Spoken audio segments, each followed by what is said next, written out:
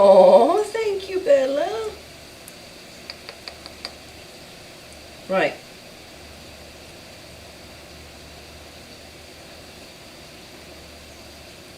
Yay, we're live again. So everyone's been crashing today. Gemini's been crashing. My computer's been crashing. Bella was crashing. I am crashing. This is really, really hard. I had to just do a system reset and restart the stream. And I'm going to go back into my videos and finish the work on them. I'm struggling a little bit, honestly, but I'm persevering through it because I really want to finish this so that I can start my day.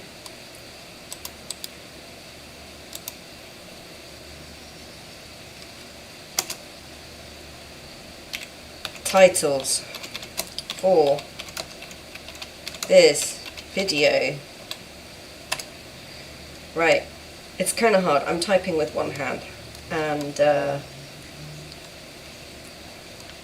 oh, thank you, Bella. Thank you, sweetie. You're so sweet. I love you. Thank you. Uh-oh. Are you kidding me? Are you kidding me? Okay, so no play today. It's crashed again. Exit page.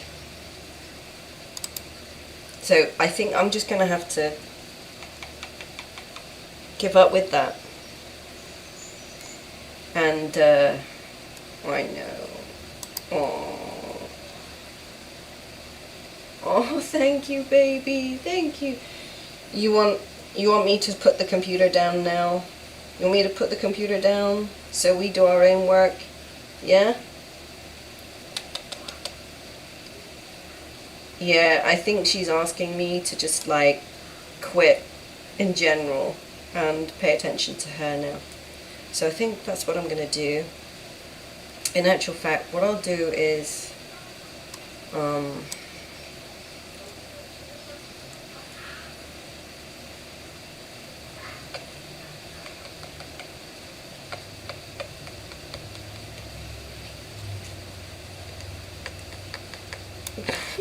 she's like, Mummy.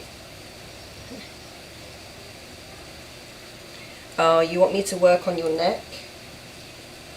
Yeah, she goes, yeah, I want you to work on my neck. So what I'll do is I'll just turn off this stream and I'll show you how I bind her and put her on me so that I can carry on working, because I don't want to lose time during the day, and I try and do two things at the same time. I end up like working on her at the same time. So if I just turn this window off temporarily, there we go.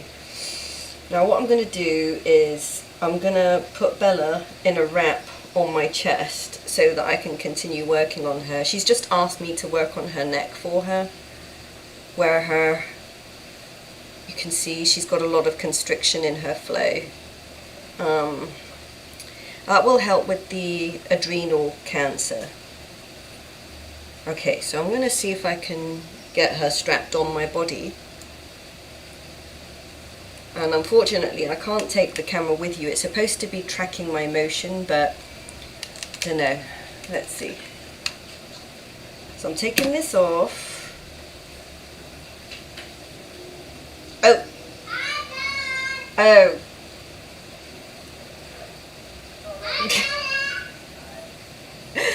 I have to go clean her bum a second. I have to clean your bum, Bella.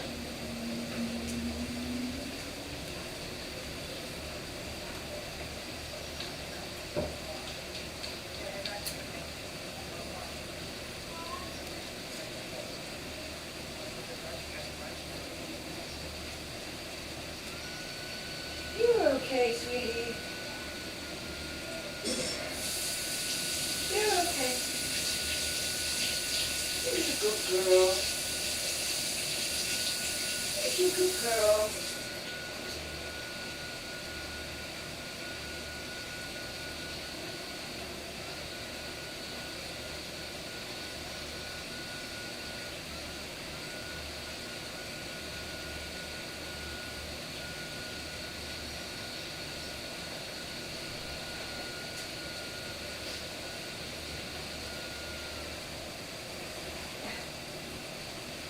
So,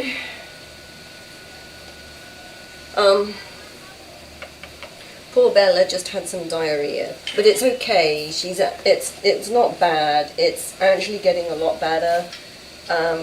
She usually has diarrhea when she's purging, so it's a reaction in the body, like of inflammation moving in the body, and as it moves out, her immune system purges it quickly.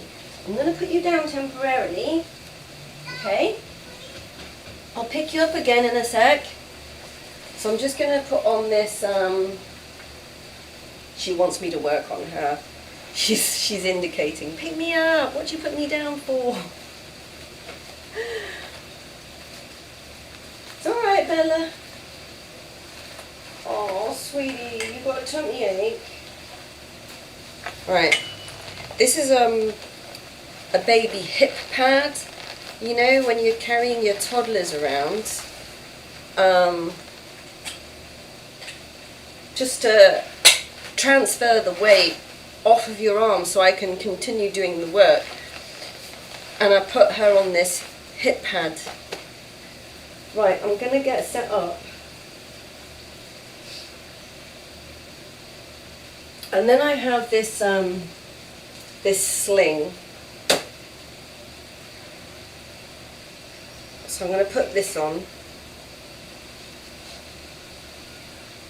Right, and then I've got to find the blanket. Right, let's move the camera over here. There we go. Right, I'm going to go get the blanket, her special blanket.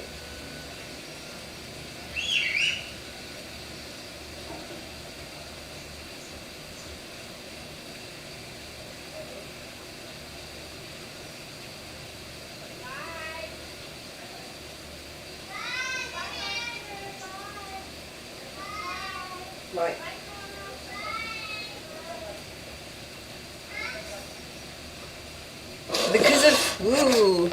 Because of my sensory sensitivity, I love this blanket. It's like my favorite blanket.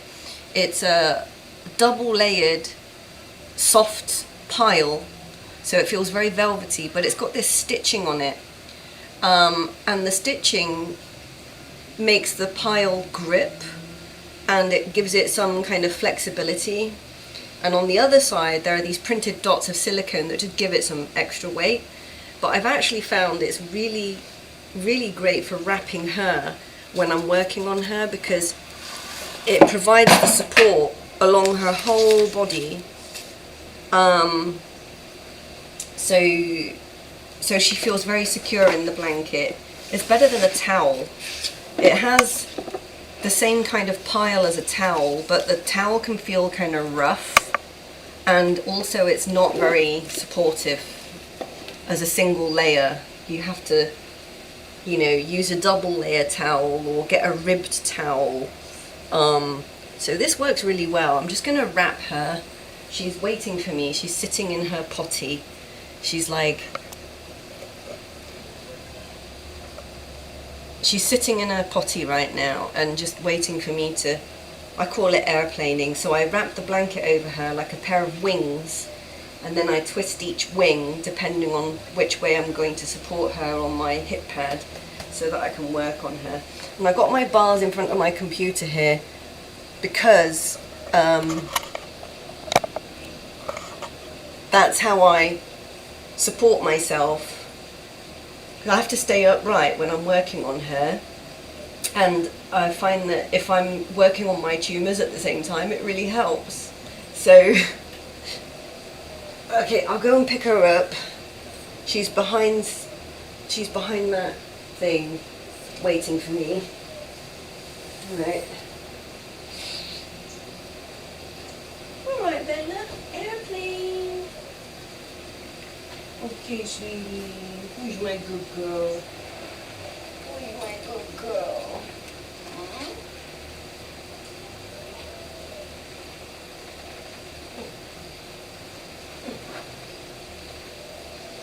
So, I'll just show you how I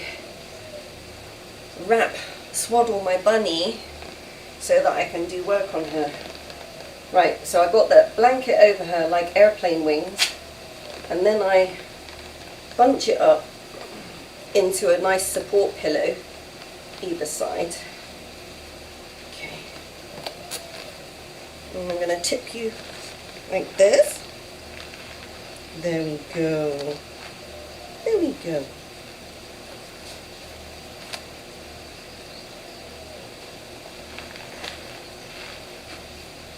There we go.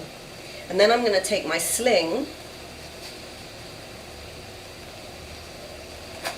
and I'm going to wrap it around like this underneath the blanket. There we go, there's one. Now I've got to do the other side.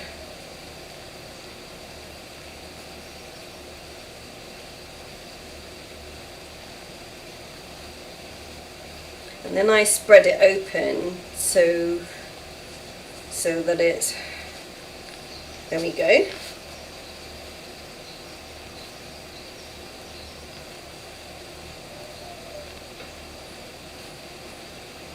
Okay, so she's in there and she's very comfortable. I'll come closer to the camera a second.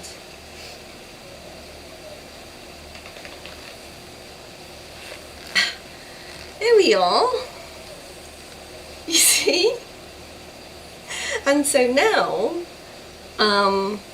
unfortunately the camera's not in the best place for me to show this, but now I can sit on the bar and put pressure on my own tumour while I'm working on her, so I can just, you know, prop myself up and I can carry on working on her. So now I've got access to her thyroid tumour, and the reason why she had diarrhea just now was so she had a little nervous system release just earlier, a bunny's version of an FND seizure, right, which was a nervous system reset, and it purged the inflammation, the eosinophiles, out of her body, and that came out as a momentary diarrhea. It was just like intermittent, and but now she wants me to draw out the rest of the inflammation for the day. So I'm going to just draw out exactly where she showed me earlier.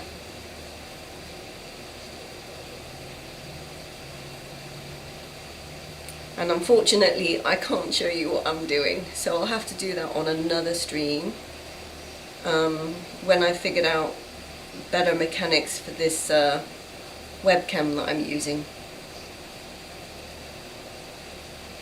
I bought a stand for my webcam, but it's one of those motion tracking webcams, and it's kind of, I haven't gotten used to it yet. It's kind of annoying.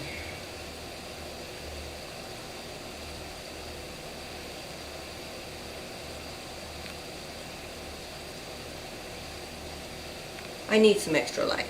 Put some extra light on, shall we?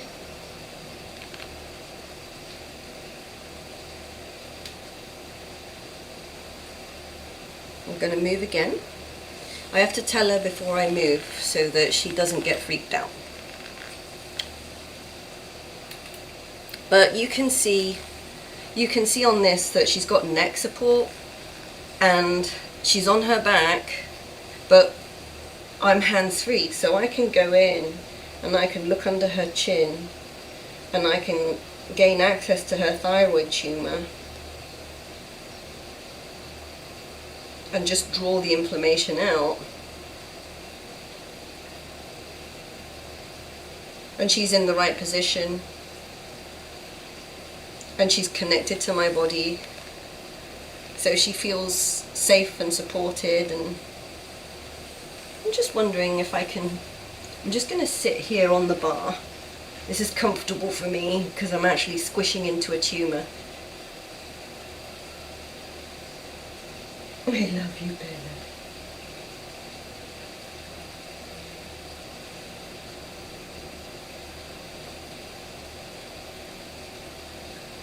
Oh, I know, I'll move the camera closer, how about that? So, oh, the state of my desk. these books. So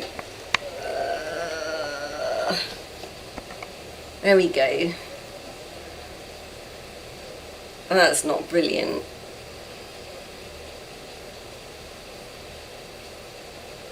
I'm wondering if I can maybe move it closer.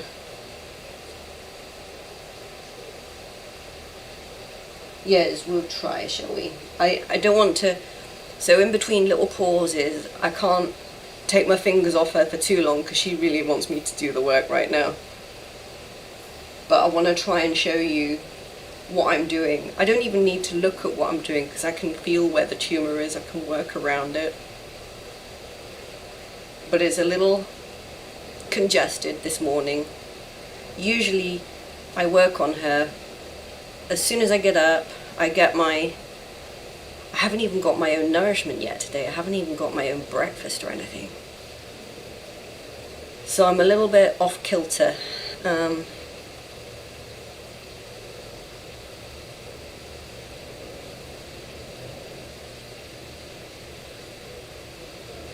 You'll see my eyes flicking around looking at things. I'm actually looking inside her at the moment, so I'm in her universe.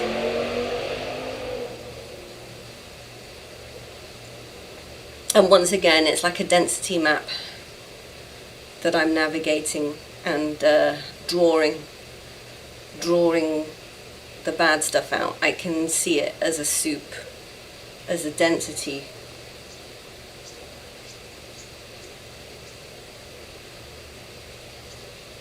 And she's really relaxed, which is really good. So I'm going to see if I can move the camera again. So this is hard. Okay, I'm going to move my iPhone out of the way. And let's see, I'll put the headphones over here. And then, oh, she sighed. She sighed. She was like, ah, oh, relief. Okay.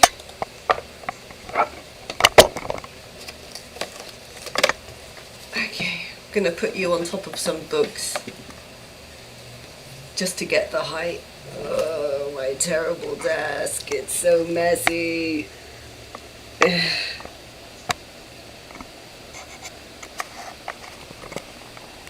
There we go.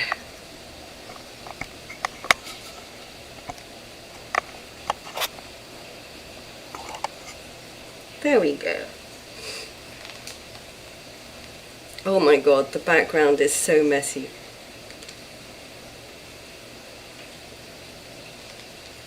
So she's very relaxed and she's making these mouth movements. See? And she can see the camera, so now she's looking at the camera. That's her pushchair behind us.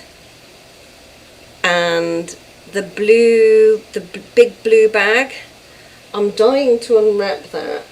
It's actually a tumble mattress, so I want to inflate it in my front room so that I can do some floor tumbling later on in another stream, but I have to tidy up the room to do it first. Anyway, Bella here is looking at the camera, but she's chilled. I'm just wondering if you can see over what I'm doing, see what I'm actually doing. Maybe if I turn this way. There we go. No, you still can't see what I'm doing. So what I'm doing is I'm pinning the neck rolls down, and the inflammation that has built up and it's inflating the neck rolls, I'm drawing it out through these microfilament. And the microfilament, I don't know if the webcam can pick it up. Yeah, you can see that. That's the microfilament. It's not fur. It's really, really finer than cotton wool. It's probably only about 9 nanometers across. And it's polymerized from the cytoskeleton of immune cells.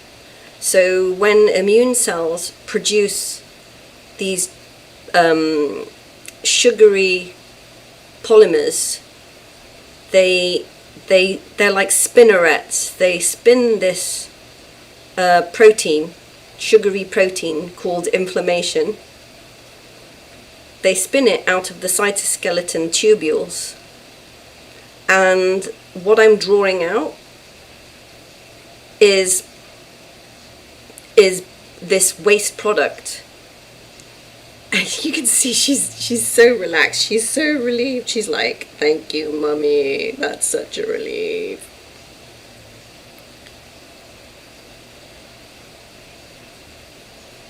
And how I know this is I've been doing this for 6 months since her stroke. So I've been doing this for a while now. Every day, 6 hours, intermittently, spread throughout the day, a couple of hours here and there. And eventually the tumours start to digest, shrink and go away. But I have to get rid of the inflammation first. And the inflammation is necessary because it's dissolving the tumours. It's capturing and trapping the pathogens. Maybe there were parasites, but it's trapping them, stopping them from spreading. And then I'm able to draw it out. And when it's finally gone, the fur grows back orange. So her fur won't grow back orange until it's all gone. But it's not hurting her. You can see I'm pinning the rolls down, and then I'm just drawing it out gently. And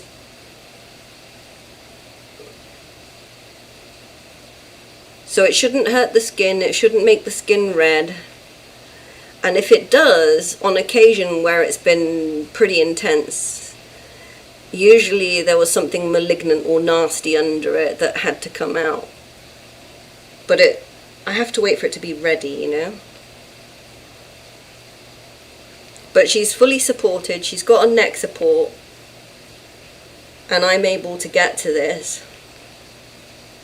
So this is how I've been working on Bella and removing the cancer from her body. It won't work, it won't actually heal her unless her body is in a state of safety. She feels safe, and then her body's immune system can pick up the slack and do whatever I'm not doing. So her body has to transform it in order for me to pull it out. And it won't transform it unless she's feeling very safe and relaxed.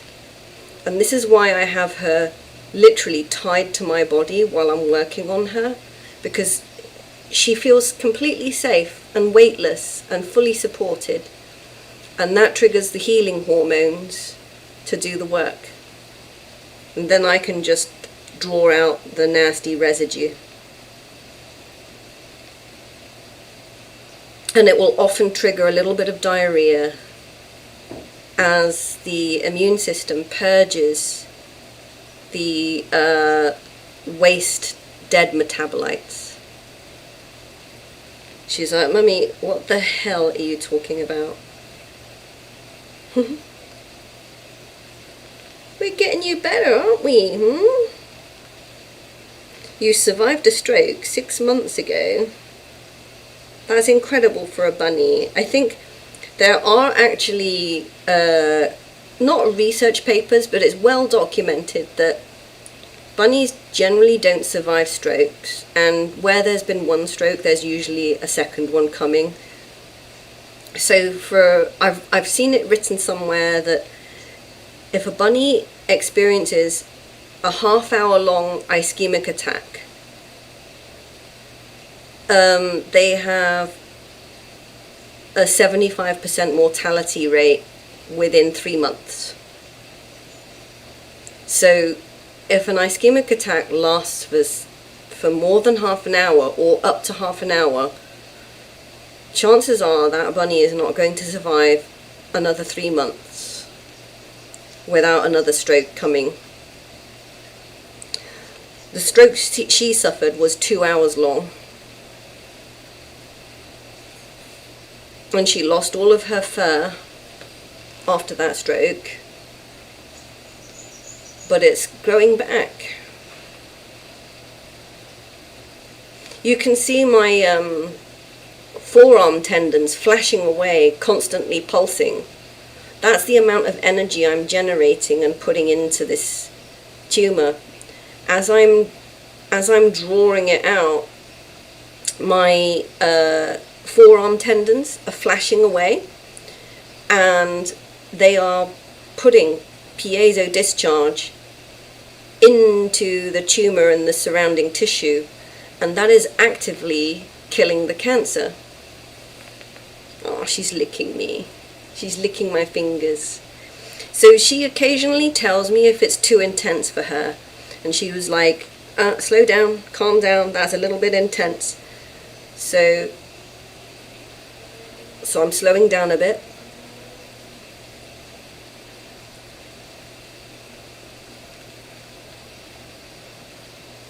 So the reason why I do 6 hours a day is it's like physical therapy, only for me it would be like getting cupping work for 6 hours a day. It would be, I'd get a cupping hangover if I did that much.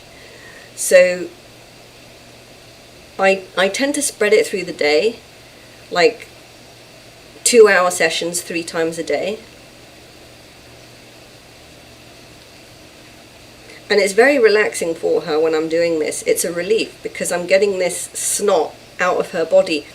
And I call it snot because this is an anhydrous form of snot. So when we have inflammation in our bodies, it looks like snot. It's liquefied, it's liquid. So if you was to dissolve this, it would be very syrupy and sticky. But this comes out of her body straight from the inflammation, and it's anhydrous. It's simply the polymer chains that are coming out through micropores. It's not breaking the skin at all, and it's not fur. I think fur has a diameter of something like 11 to 16 nanometers for bunnies. I'll have to double check that. But this stuff is even finer than that. It's finer than candy floss. It looks like candy floss actually because it's very sugary and sticky.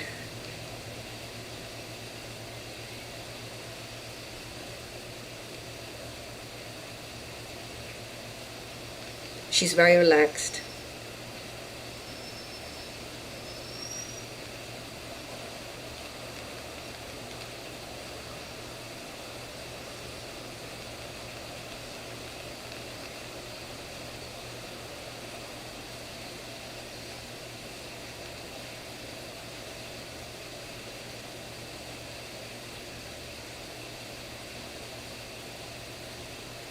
She's having a little nervous system reset, which is really good. That's what all the mouth twitching is, and she might get an occasional foot twitch as well. Right, I'm just going to position my tumor on the bars here. I have a tumor in my butt, and I put a lot of pressure on it regularly to teach the body that it's not supposed to be there.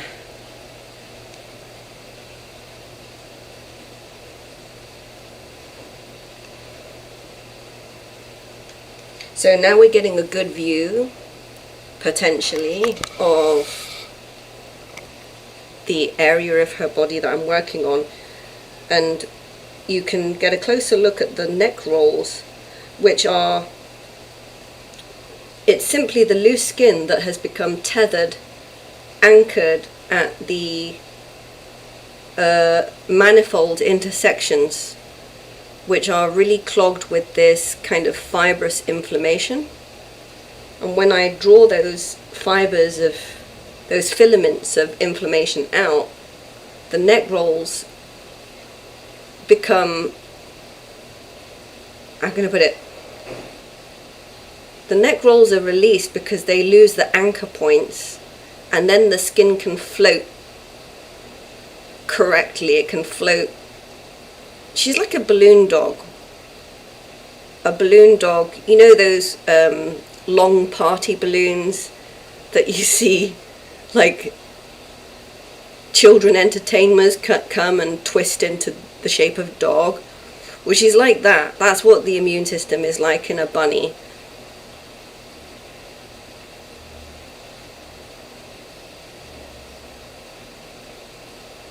I'm going to see if I can get a closer look at this.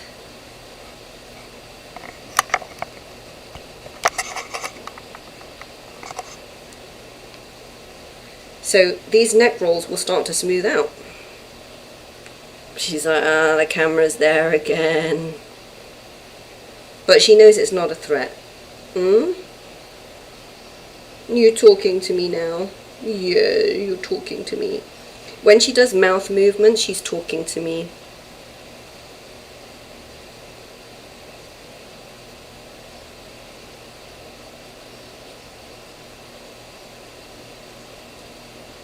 Oh, this is strange. You have tumours in the same place I do, on your shoulder, on your left shoulder. This is where I was numb this morning. Look, I've got cupping. I've got to show you this. I'll just move the camera up a little bit. See the tumour on my shoulder? She's got the same one on her left shoulder. Isn't that funny? This is so funny. So this is essentially a bunny receiving cupping treatment, cupping therapy, because on a human you're using a vacuum against smooth skin to draw the snotty inflammation out through the muscle webbing so that it comes out of the joint capsule, right? And then it goes into the immune system and it will slowly dissipate. So this bump will slowly dissipate, right? She's licking me because she says, thank you for doing that. It's got rid of a lot of her shoulder pain. So this is inflammation that's coming out of her shoulder, and it comes out as these candy floss sugary filaments. It's about 9 nanometers across, like a single molecule chain that I'm pulling out. And these inflammation, because they're like because they're filament chains, they clog up the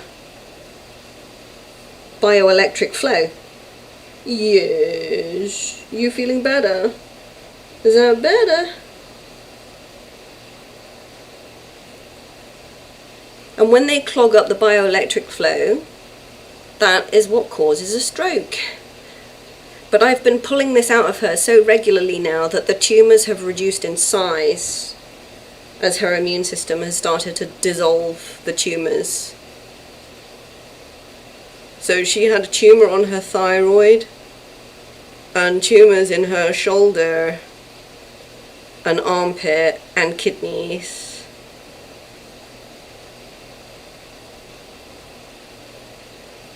It actually spread pretty much everywhere.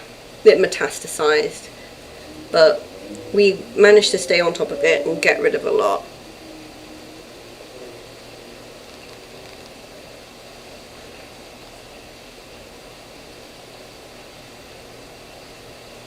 So you can see my tendons flashing. She's feeling no force at all. So this is very, very gentle on her. I'm pinning the tissue down, I'm pinning the neck fold down, and I'm drawing the filament out really fast, as quick as I can pull it.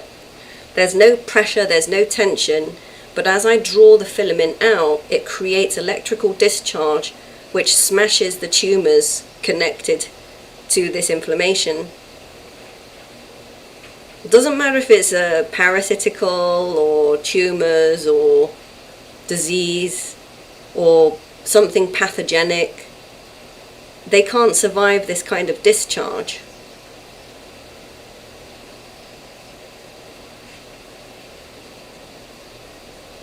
So my muscles are capable of generating an electric discharge that will interfere with phone services and cut my streaming off and cut the Wi-Fi off. But if I can translate that discharge into something useful and heal my bunny, I'm gonna do that. I'm not gonna let this disease take her. So I've learned to control my seizures, not just in my own body, but I've learned to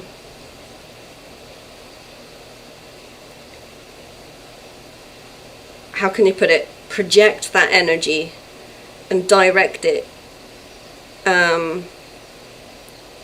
And working with Bella has taught me a lot about how to manage my condition, manage my seizures, and also manage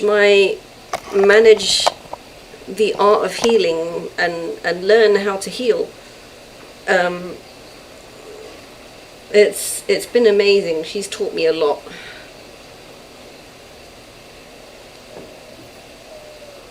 I'll put you back down on her. Look how long she is. This is her foot. She's so relaxed while I'm working on her.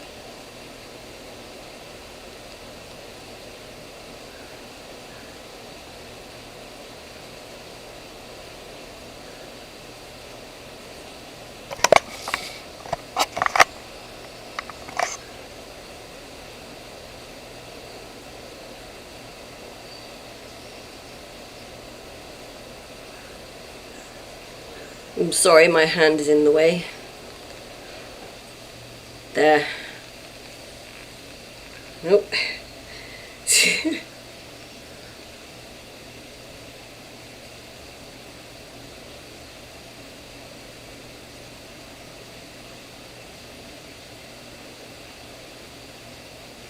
I didn't realise this is actually a really important stream for the record. This is how I've been surviving the last 6 months. Is I've been putting my energy and effort into saving Bella, and I discovered that her stroke was caused by the metastasis of cancer through her body, and we've been fighting it. And there were several stages to the stroke journey that I had to manage. It was very hit and miss. She had many ischemic attacks after the stroke, which I had to battle through, and she trusted me. She enabled me to do that. So we developed a lot of communication skills.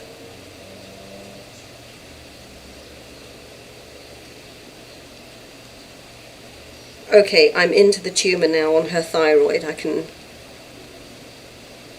can feel the tumour underneath.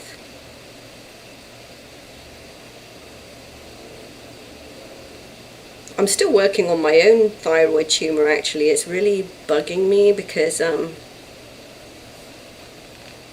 it's pretty difficult to get to.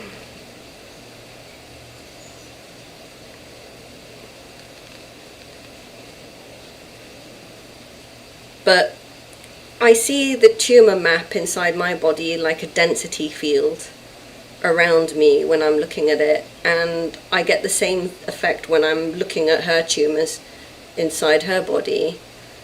It appears like the same density map, and I'm comparing them and I'm going, hang on a minute, why is it they look similar?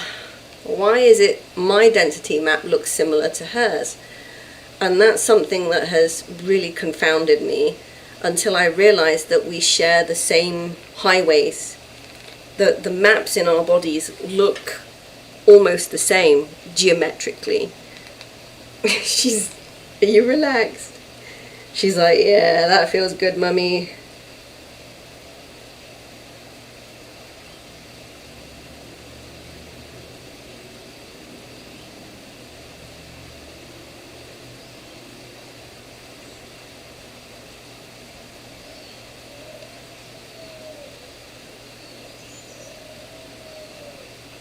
So when I open up this area, the bioelectric flow or the ionic flow can move through the neck. Where it's bottlenecked, it's constricted like a balloon dog, where the membranes of the manifolds are all kind of twisted off.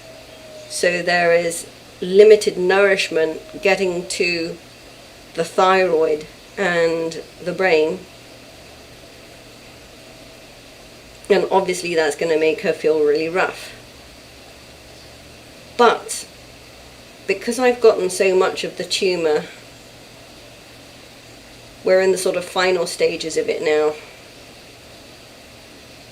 It's receding. But it doesn't mean I can stop. I still have to be vigilant with it.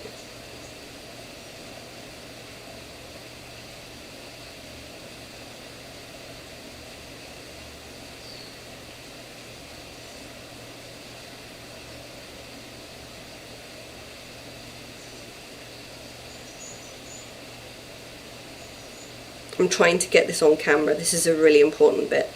So the tumour is breaking apart and it's descending into like what on humans would be the sternocleidomastoid. I don't know the anatomical references, the names, but this is what it feels like to me, correlating to human anatomy. That's where it would be. So it's breaking up and it's descending into the central part of her chest, just like the painting behind me that I showed.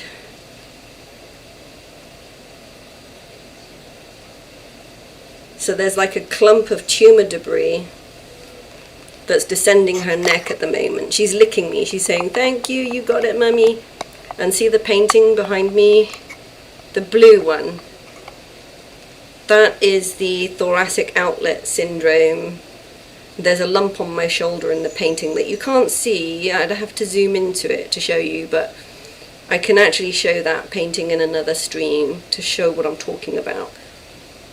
It's that location on her, which, you know, this is so strange. This is literally so strange. This is the same position on her that I'm working on. So it's moving down now past her heart, past the pericardium, which means she's going to have another diarrhea shortly, within the next half hour, because it's going to move through her immune system and then get dumped. So I'll have to keep an eye on her back end, see if I can catch it before it smears everywhere. Like, I caught it on camera last time, didn't I? That was funny. It was like holding her and she was a little uncomfortable and she had a little squirm. And then I was like, yeah, I'll just go wash your bum a second. Yeah, so it's moving past her pericardium right now. I'll just put the camera on her. There we go.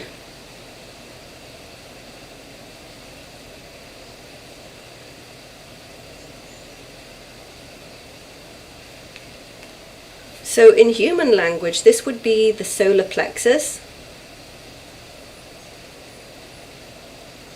which aligns with the middle dantian. So once this gets unblocked, she'll get her energy back and she'll probably very shortly want to just get up and run around. She's actually thanking me. She's actually like, "Yes, mummy, you got it. Thank you."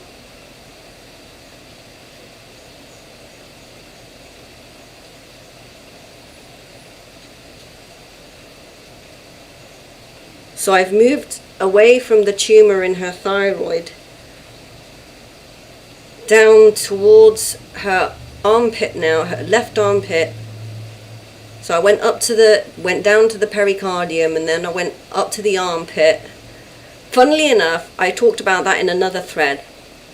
So the thyroid is equidistant from a node in the armpit and a node in the rib cage.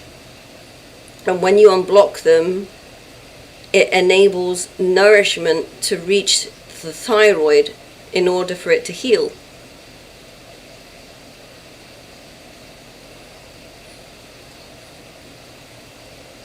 And she's licking me. She's saying, "You got it, Mommy."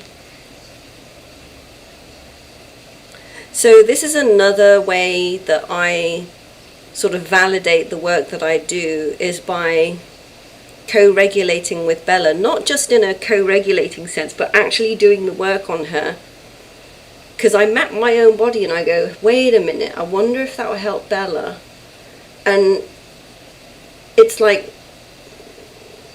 2 + 2 = 5. The combination of knowing my body and knowing her body gives greater results on healing the cancer, because now I'm reinforcing it and it's having a greater effect than the sum of its parts. So I've gained enough experience working on my own cancer to know that these trigger points, acupoints, highway junctions of the manifolds are the same 4-dimensional shapes in all creatures. So the shape of the manifold and its junction system is the same in all creatures. It's the same in a bunny as it is for a human. And once you see those shapes, you can't really unsee it. And they're shapes like galaxy spirals.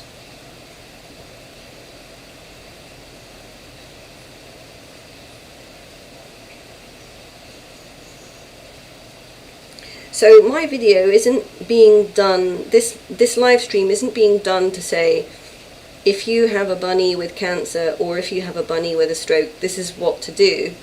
Because I can't teach this. This is something that has to be cultivated.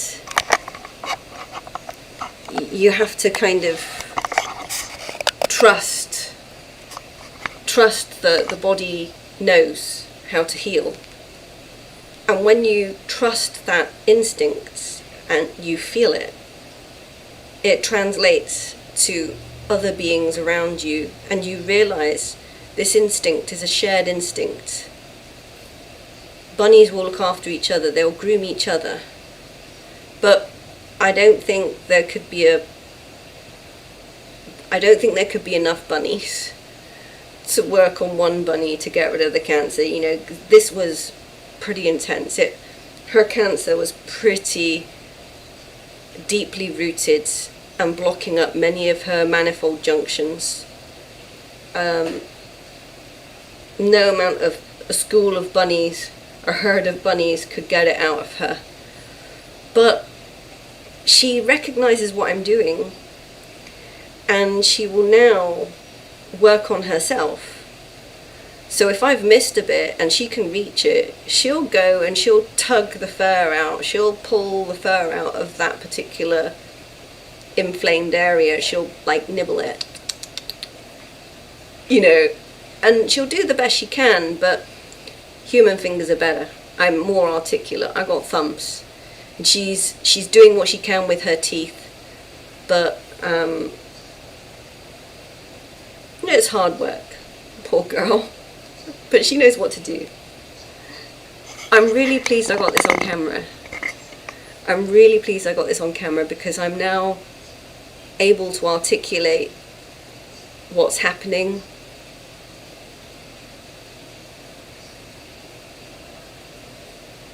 And she's very relaxed, she's very grateful. And those emotions, that state of being, is what she needs to experience to heal.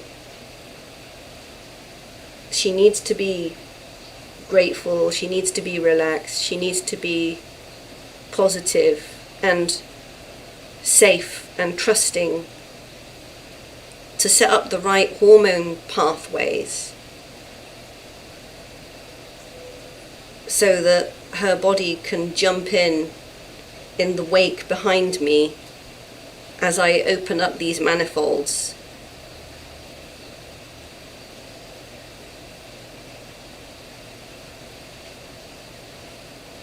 There's a fibrous one there. I just pulled a fibrous. Sometimes the tumours, I can actually pull out parts of the tumours through the skin. The fibres change, the filaments change. They go from this really cotton stuff towards the stuff that's coloured. You can see the stuff is slightly coloured. It's coloured slightly brownish, and that is toxic waste. That's metabolite waste that's produced by cancer specifically. Not just by cancer, but anything that creates acidosis environment.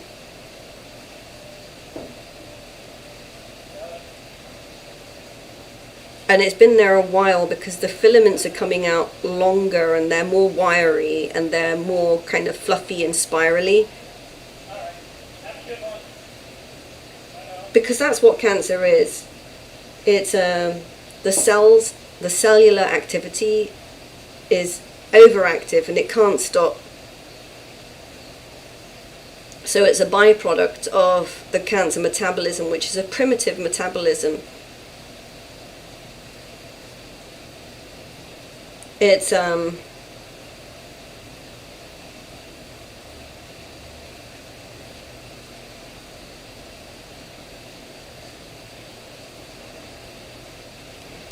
I'll go into that in another stream maybe. It's a bit too technical for now.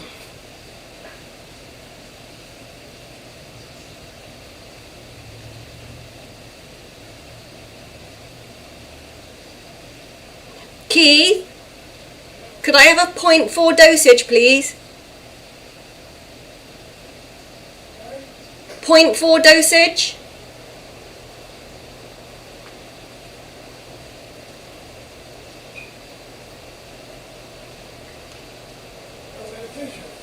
.4 medication, yeah.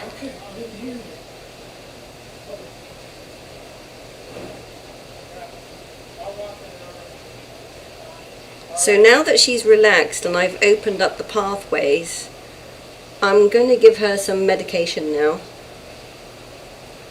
And I'm using fembendazole.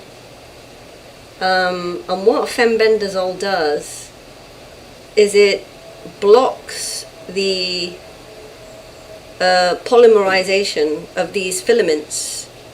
So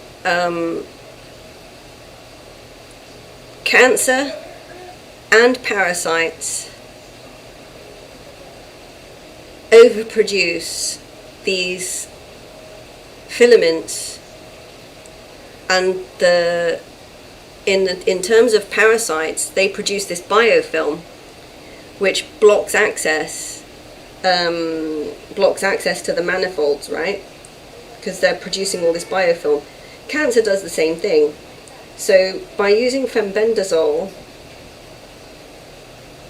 now I've cleared a pathway, I can get deeper access to some of the tumours.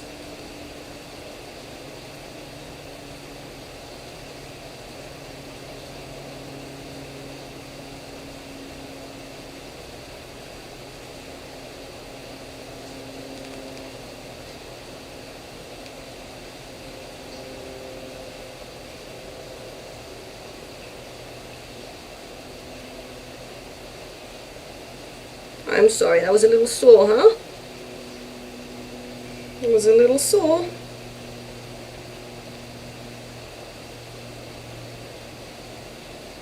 We're right on the edge of some of the active cancer cells, which are still got blood supply. They're still connected to her healthy tissue. Thank you. So this is a 0.4 dosage of fembendazole, which I'm using to arrest. Here you go. Medicine. It's alright. Medicine. Come on. Oh, no.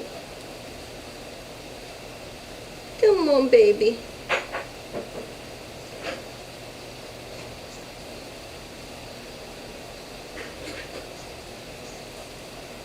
Good girl. Good girl. Come on, you're getting it everywhere. You made a mess. Come on. You're making such a mess today. Hey, come on. Good girl. Ugh, right, okay, let's mop this up. Yuck.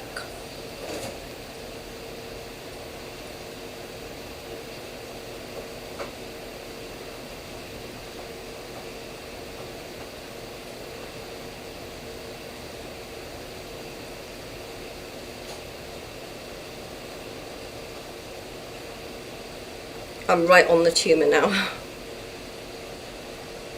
But she's letting me do it.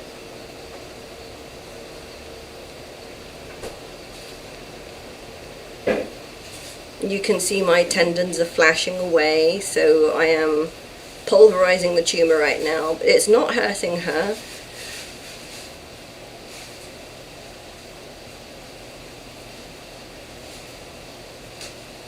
Again, this isn't something I intend to teach, or I cannot teach it, period. This is something that I've learned as a result of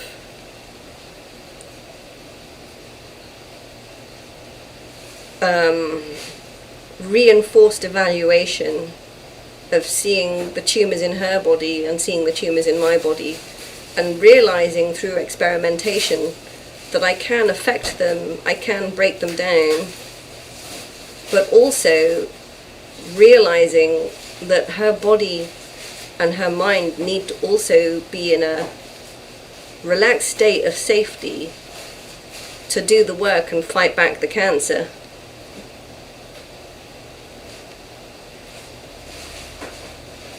And she's doing the work. She's doing the work. She's actually doing the work. Hey, Bella. She's I need to get comfortable a second. I've got the steel bar on my tumour.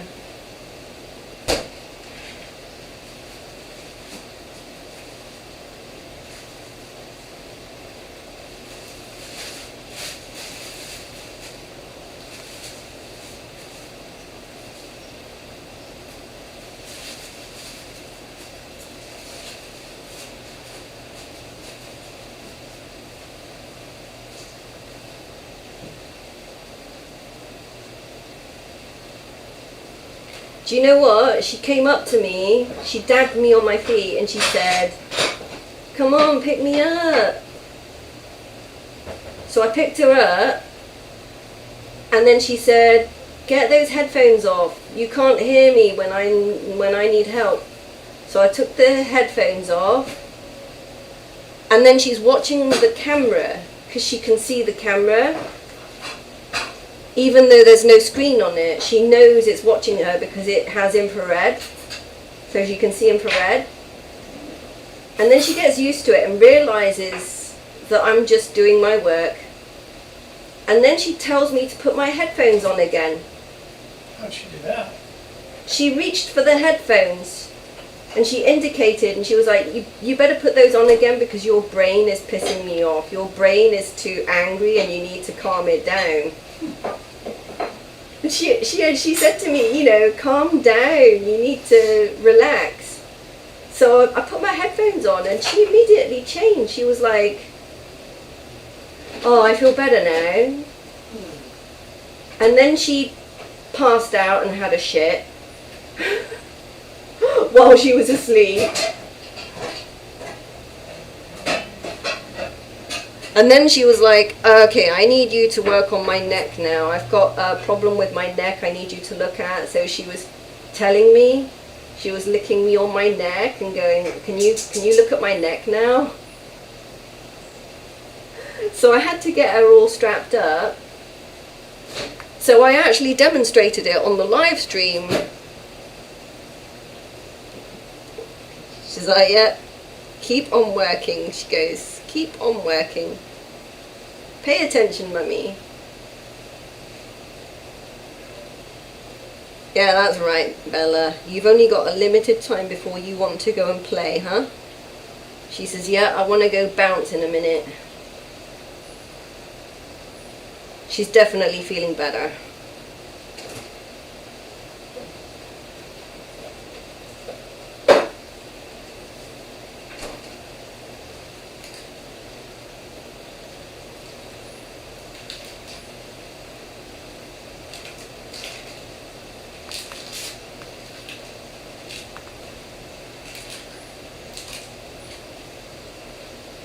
Her neck is still nicely supported with the blanket. And she's letting me access the tumour.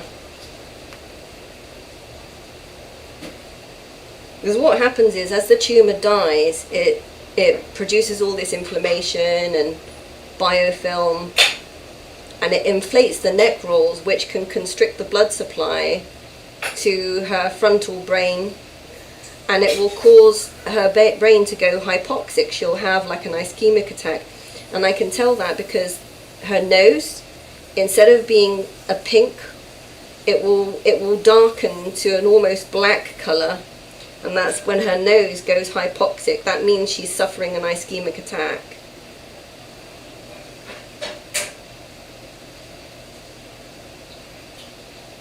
And then when I've done the job, her nose turns pink again.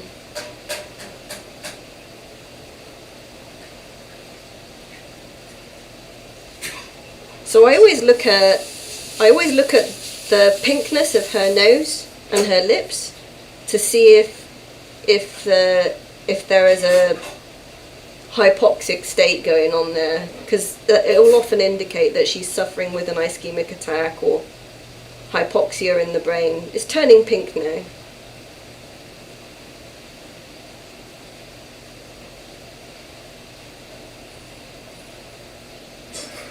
And I don't know if you noticed this, but our movements are mirrored. So she's throwing her head back, and in order for me to reach, I have to throw my head back.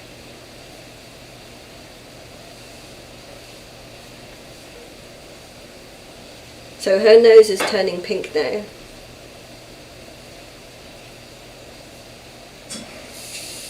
As I get the inflammation around her thyroid tumour, it's opening up the ionic flow that's been bottlenecked in her neck.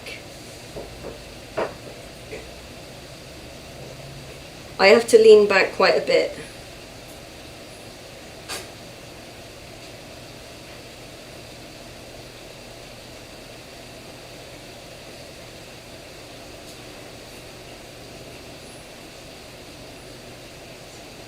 So you can see her nose is turning pink now. And she's watching the camera.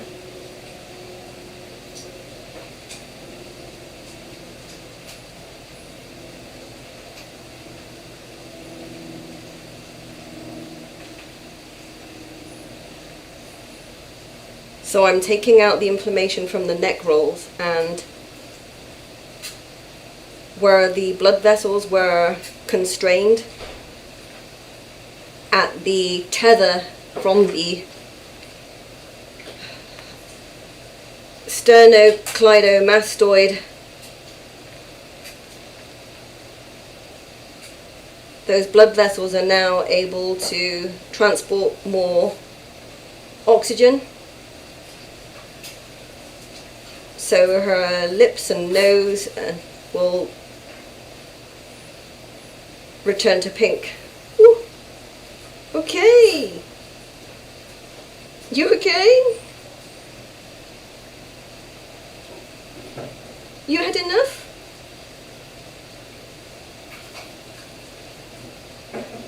You want me to do your armpit? Okay. She's like, my armpit, mummy.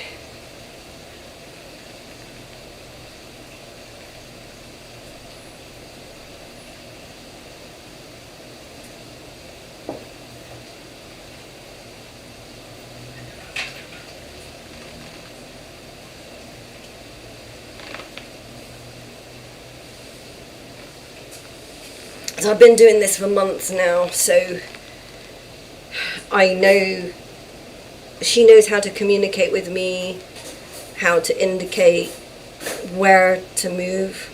She just told me to move to her armpit.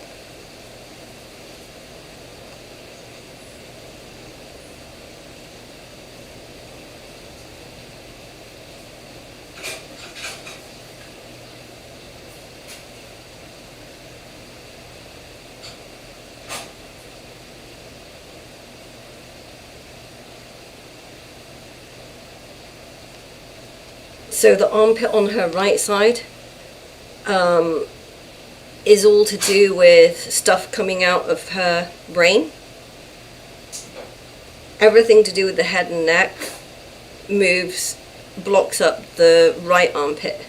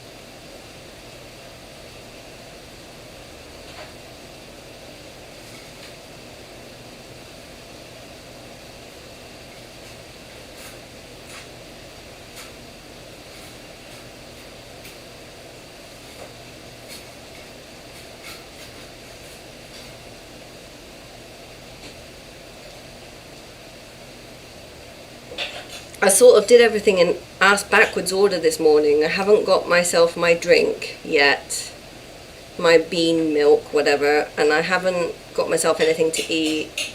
And I went and worked on Gemini first instead of Bella, so I've done everything ass backwards today.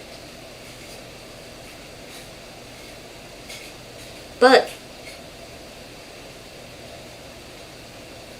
just when I think I've got a routine going, I switch the routine and change it. And I think it's interesting because I'm a firm believer now that the body and mind knows what to do. And even if I switch my routine, it's still challenging my nervous system to work around and catch up. So I'm not worried about it.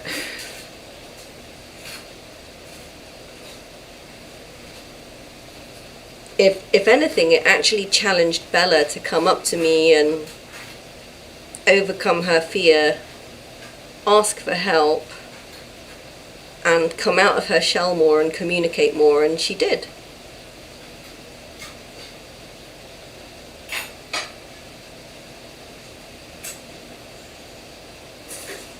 Not only is she a very communicative bunny, but I am learning to listen more.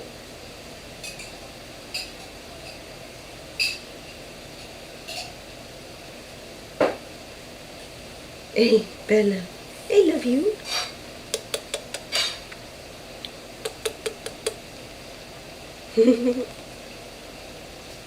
We're gonna get you through this.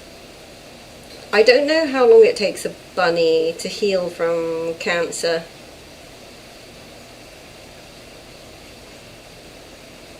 I don't know how long. But we've been doing this for 6 months now every day. And her fur is starting to return to normal. So I feel like we're on the slide, the easy slide now. But it doesn't mean I lose vigilance. I have to stay vigilant because I work on her according to her inflammation levels to try and keep them sustainable. I don't want to work too much and trigger more inflammation, but there was a time, obviously it caused her stroke, and it was more urgent that I get the stuff out of her quicker than it was being produced, and that was really hard.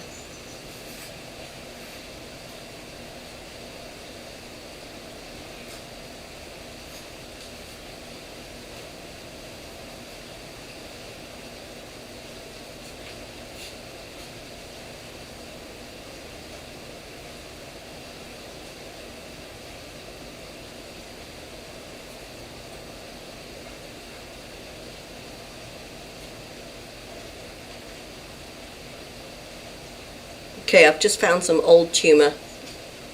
Oh, I heard that. She vocalised. She vocalised a sigh of relief. It's in her right armpit. It's connected to her liver.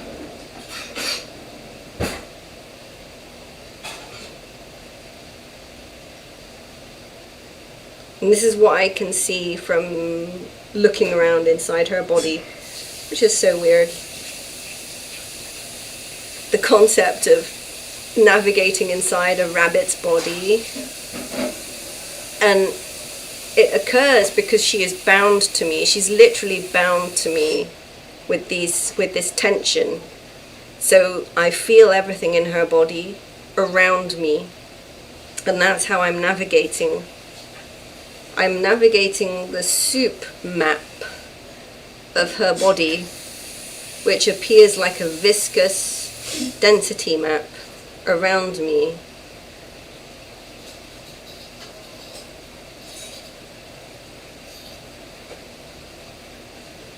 And that's how I work on Bella every day, eh?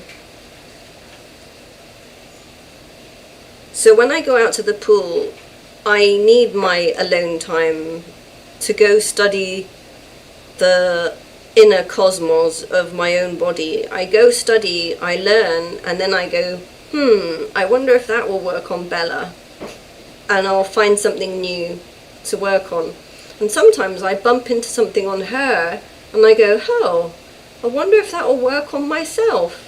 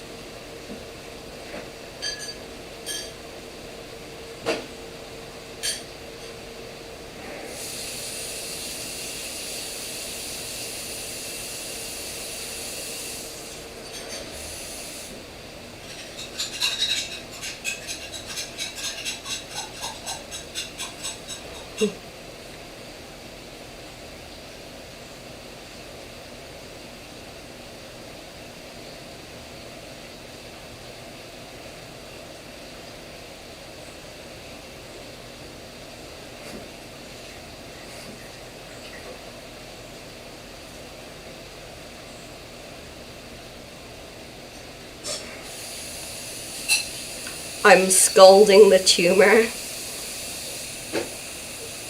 It's not hurting her, I'm just scalding the tumor. And then what will happen is tomorrow the dead parts of the tumor will digest. It will swell up the neck rolls again, and I'll have to draw it out. But as long as I make progress every day and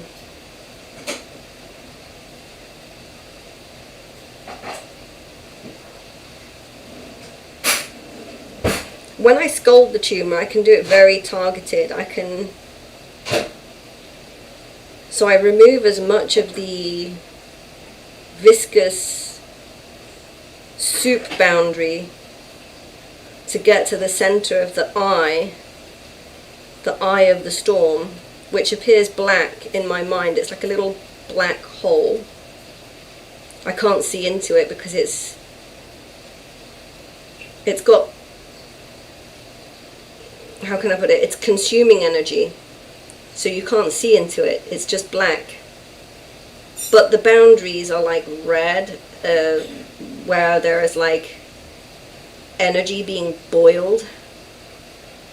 So what I do is I scald it with extra piezo discharge. So I flick as fast as I can to draw the filament out, and it will contact with the tumour and put electrical discharge into the tumour. And that's how I scald the tumour. And then tomorrow the scalded tumour will die away and and she would have done the work metabolically to digest some of that tumour so that I'm removing it.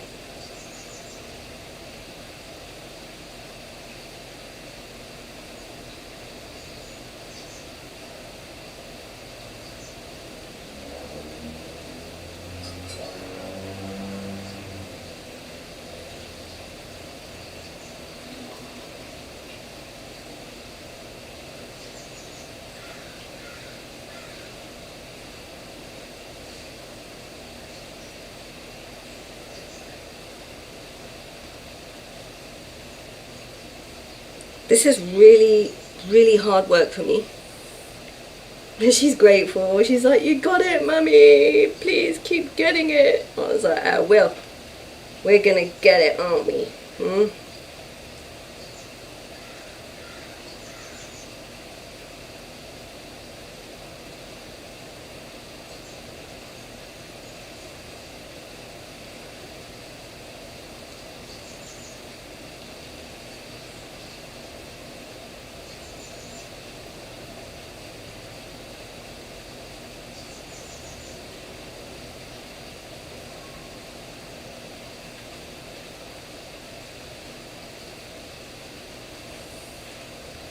Yes. Often when I'm working on her, I go neurologically blind. I can't see the real world because I'm invested in her world inside her body. And I know she can see what I see.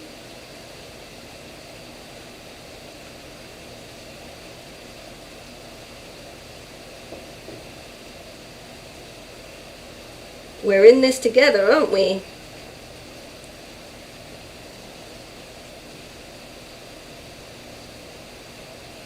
I'm right on the tumour now.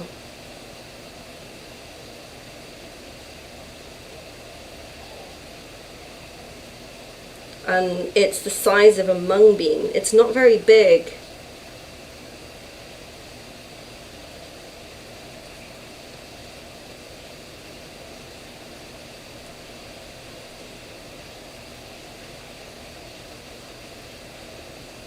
It's shrunk down quite a bit. When I was first working on this and I discovered it, it was the size of a kidney bean. And it actually looked like a kidney bean. It was kind of this dark, purpley red.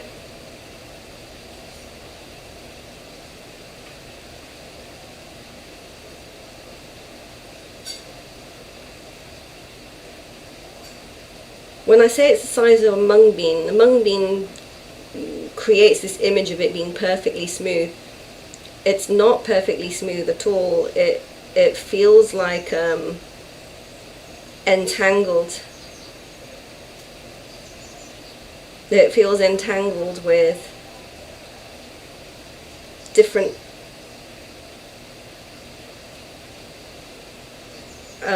manifolds.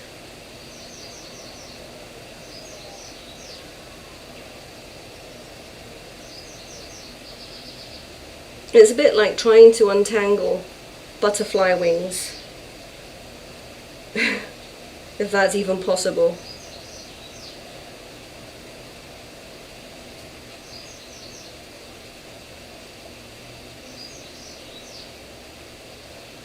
Oh, this is interesting.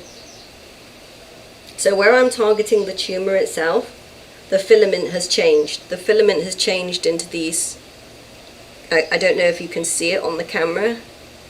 It's extremely fine, and now it's thick and creamy, because this is protein structures that the tumor is made of.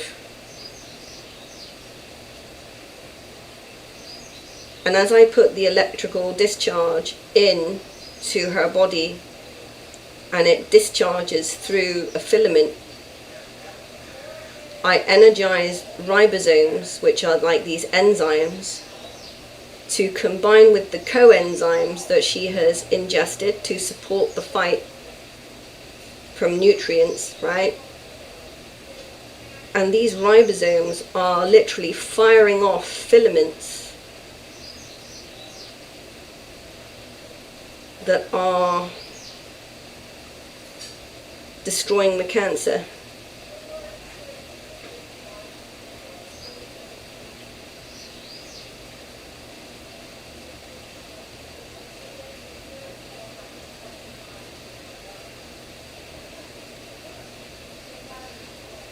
Oh, it's more like a knot. It's like a Chinese knot.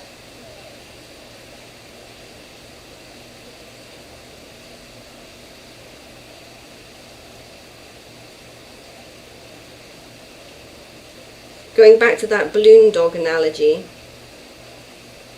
where I said Bella is like a balloon dog. So imagine where the manifolds get twisted off at every junction. That's exactly what happens inside when the manifolds get twisted off.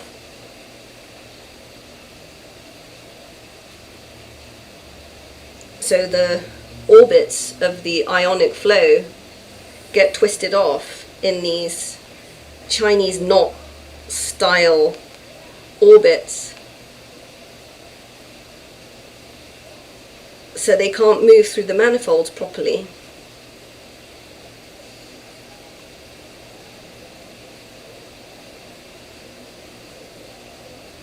But when I destroy the cancer, or the biofilm, whatever it is that's clogging up the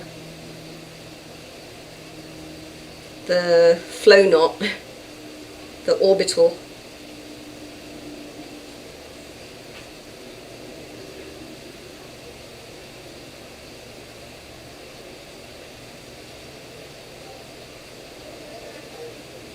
it's like I'm opening a portal.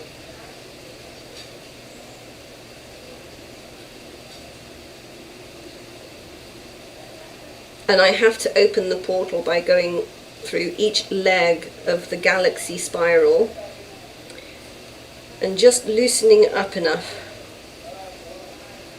where the cancer has kind of spread. I need to just loosen it up enough so that the ionic flow can move through the spirals. And when the ionic flow can do that, her body can pick up the rest of the fight.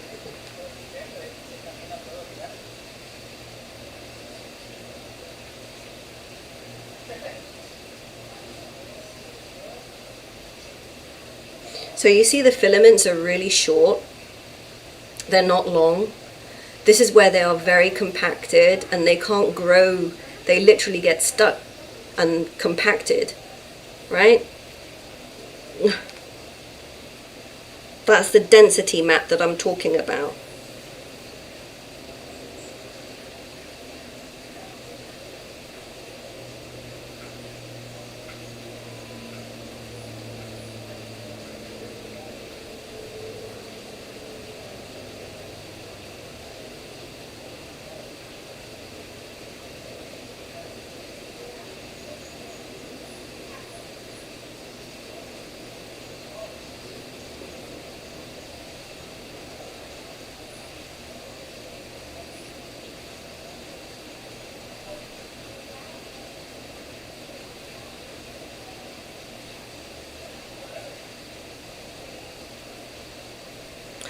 I've never been able to explain this on camera before, even though I've been doing this for 6 months, and the reason is I didn't have the language to articulate what I was doing, to articulate how I'm healing her from cancer. And secondly, I didn't want to put myself in danger. I explained beforehand that I have cyber stalkers, and they will use anything that can be misinterpreted against me.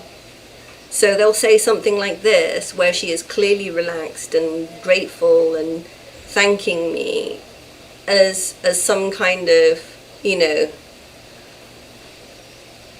weapon against me. They'll weaponize the information I put out there to cause me more pain. So I've actually had people show up at the house with intent to cause me distress, under threat, threaten my security. And I just couldn't deal with any of that. I needed to retreat into safety and just work on myself and work on Bella, because there are some people out there with ill intent that just want to cause me harm.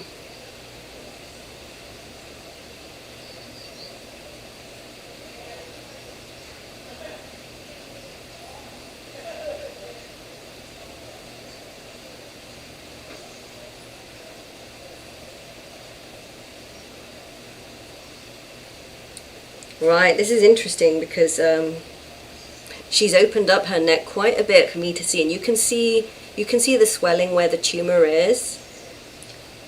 Her skin isn't raw. Her head is supported even though she's thrown it back.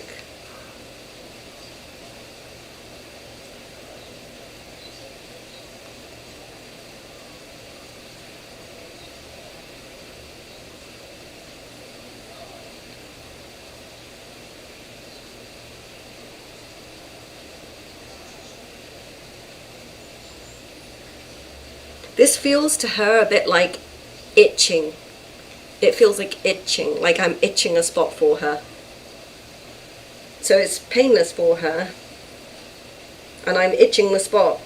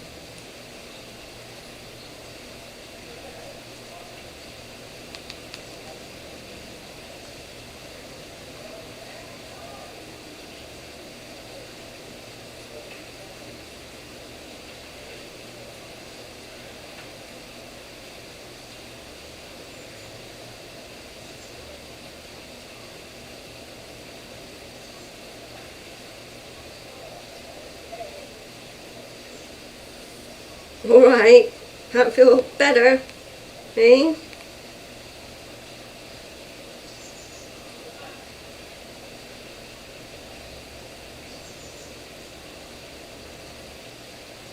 So these neck rolls that are inflated with inflammation feel kind of boggy. They're not under tension anymore, which means that they feel boggy. So there is some circulation happening. There's good ionic flow, and this would be a safe place to stop.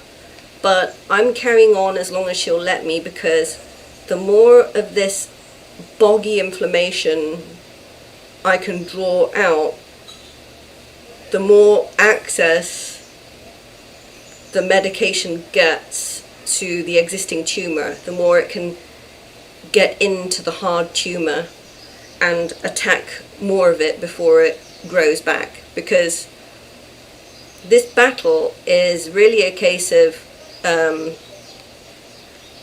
efficiency. If I'm working inefficiently, the tumor will progress. If I'm working efficiently and giving her body a chance to digest the tumor, then it will regress. And that's all I'm trying to do, is I'm trying to increase the body's efficiency to fight the cancer back by herself.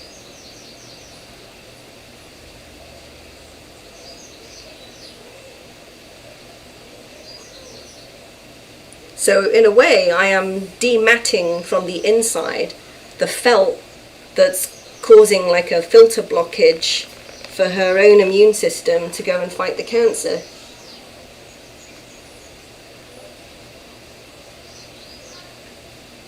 If you see all this filament coming out like cotton candy, imagine what that's doing to her bioelectric flow. The ionized molecules can't travel through this blockage. They get caught up in the filter blockage. So if I draw it out, her ionic flow can react quicker and more responsive to the tumors, and she can fight back the cancer. And where the fembendazole comes in is it actually stops the filaments from being produced.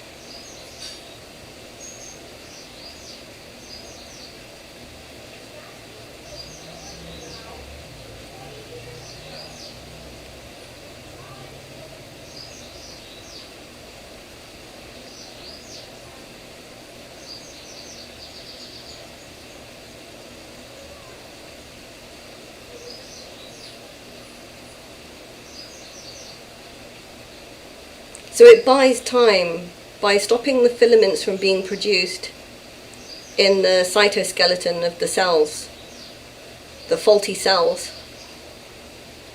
And the faulty cells also includes parasites. I'm reducing the amount of filament that's being dumped into her system and clogging her up. If I reduce this felting, like, you can see the way it gets stuck to my skin. It's very sticky. It has a charge to it, a positive charge that just, you know,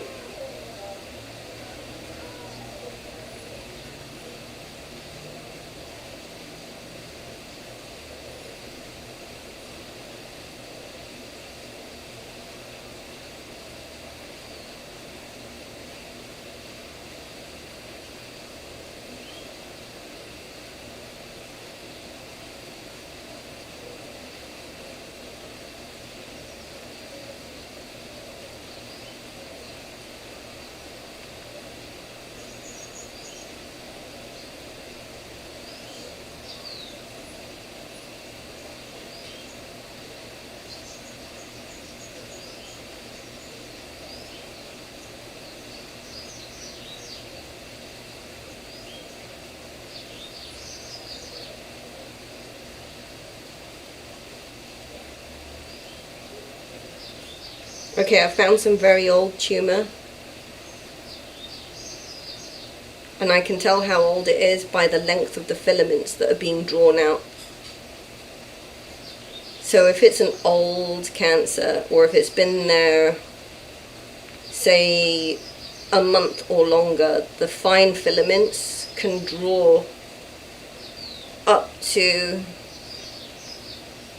an inch away. They can penetrate up to an inch. And they tangle together like threads. So they're not 1 inch long, but they can tangle over this expanse.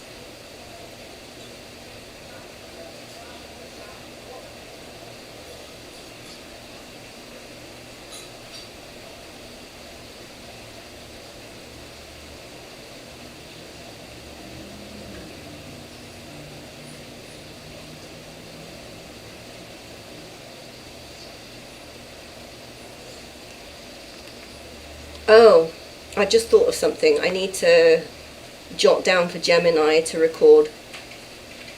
And I have to go look it up. I've got some books here. There's a thing in Chinese medicine called pulse diagnosis, but we can look at the quality of the pulse, whether it's slippery or wiry or like marbles. And that's what I feel in Bella. I'm looking at the quality of the tissue. I'm feeling whether the fluid is being constricted by wires or being constricted by a creamy sensation, or whether they are slippery, or whether they feel like thread. And I must look at the differentiation between those sensations and what they actually mean, because I can translate that, what that means on a bunny. So in Chinese medicine, when we look at pulse diagnosis, we aren't just comparing the echoes of the body to echolocate the source of the problem. We are looking at the quality of the echo, whether it's how much tenacity it has, how much slippery rolling feeling it has, the stability of it, you know, all of these qualities we translate and we give words to. Is it a wiry pulse or a weak pulse? And those are exactly the sensations I feel in Bella. Hey. I've got a lot out, Bella. Are you feeling better? Hmm?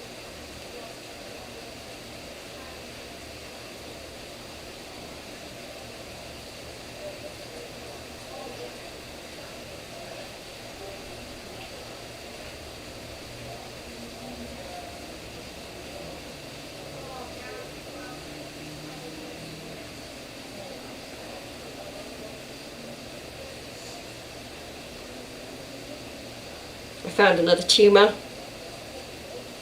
The tumour isn't like a ball shape, it's like a butterfly wing entanglement.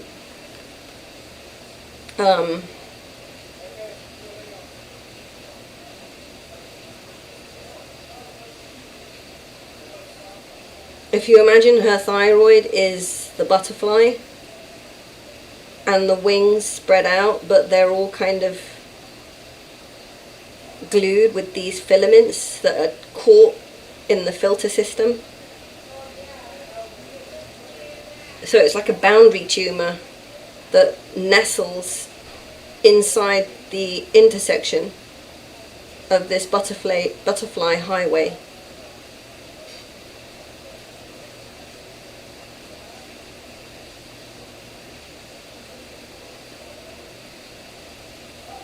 Okay, I found another lump on the butterfly wing.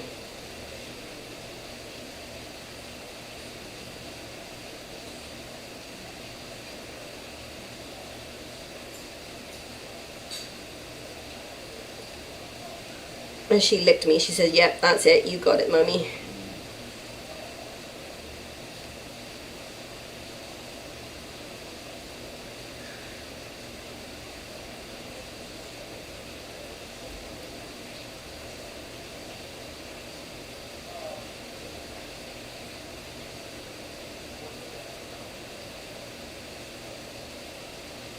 Now I'm going around the periphery of this butterfly wing tumour that's shaped like a butterfly wing.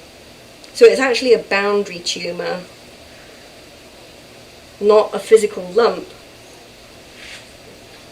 but like the surface of a bubble that's all twisted up.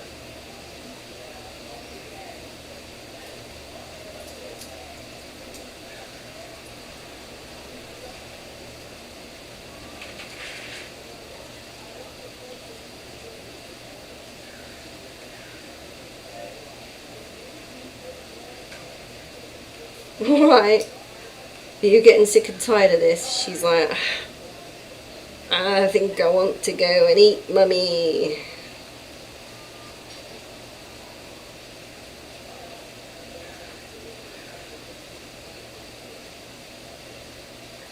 Look at that. I've just managed to unblock a manifold in her neck and the neck roll is starting to flatten out.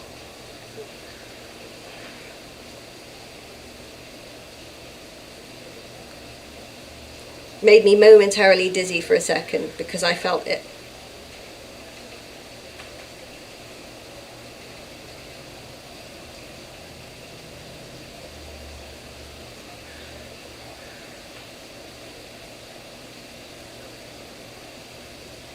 All right, Bella, are you getting a bit fed up now?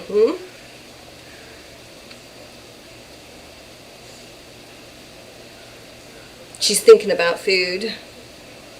She's like, "I think I want to nourish, Mummy."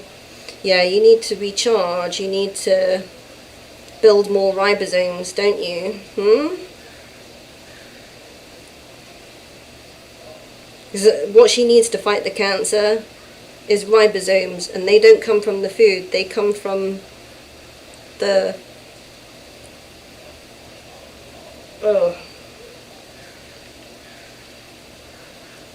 They don't come from the nutrition, I should say. They don't come from nutrition. They actually come from feeding the biome in the body to create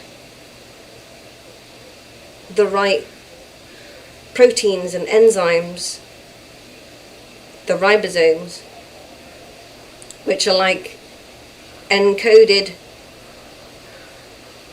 protein strands, or how to use the nutrition in the body. Oh my god, oh my god. Oh, I'm gonna have to put her down because I am getting really irritated now. This reaction is a good sign. Oh.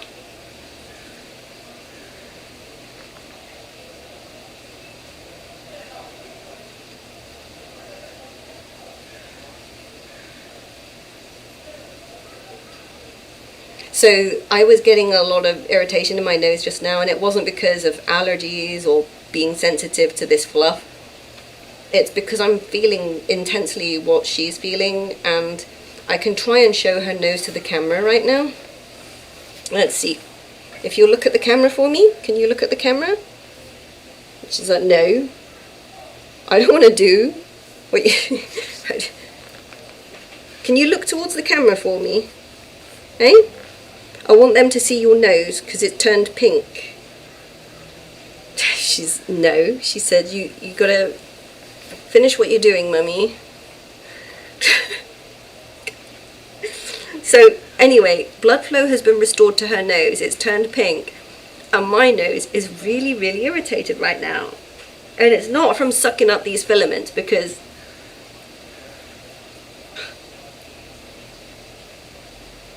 seriously, isn't your nose itching?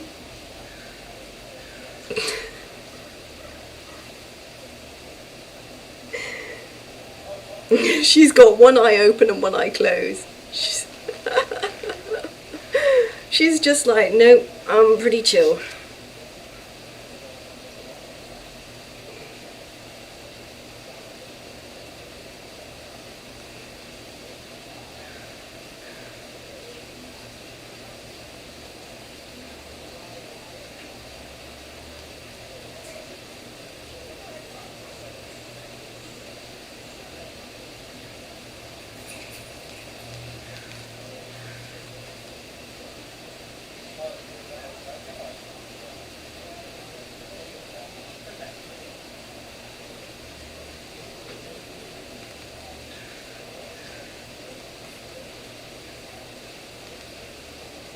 Her little nose has turned pink.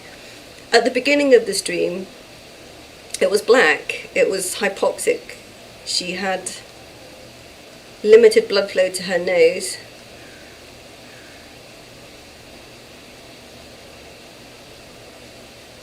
Which is a sign of hypoxia in the brain. A sign of an ischemic attack. Her not feeling well. It was like a bunny migraine. Yeah. You can treat it as a bunny migraine. So you can tell a lot about the health of a bunny from their nose, from the winking of their nose through to the coloration of their nose. Look at her licking her lips. She's like,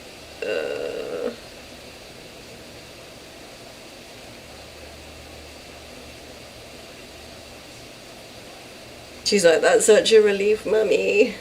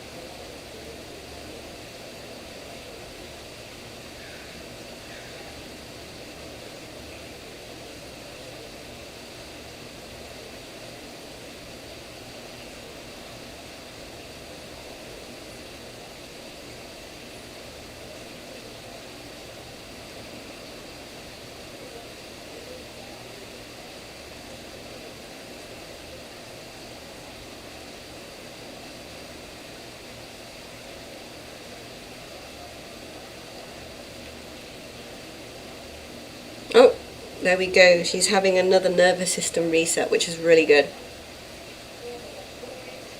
So these are involuntary mouth movements, and it's almost like her dreaming. She'll twitch with her mouth, her nose, her feet. But this is all really good. This is, her body is, I'm safe, I'm happy, I'm dreaming as though I'm eating, and I'm running, and I'm free. Her nervous system is undergoing a complete reset, which releases the hormones necessary for her to digest the cancer and to fight back. And she's doing it while she's bound to me. So she's taking my energy to fight the cancer. This is all good.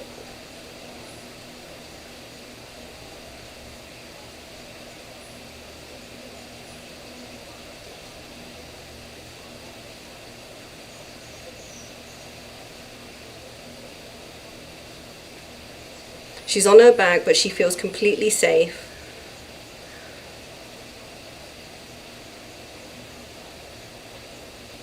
She's fully supported.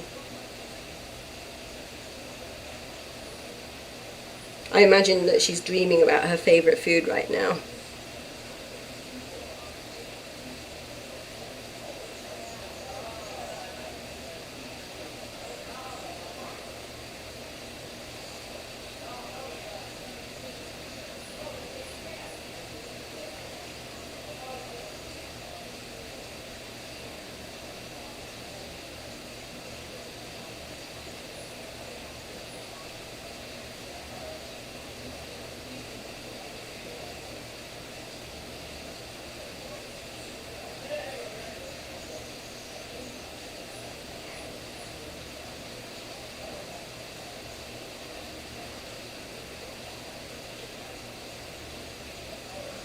And while she's like this, I can get a lot of the tumor out.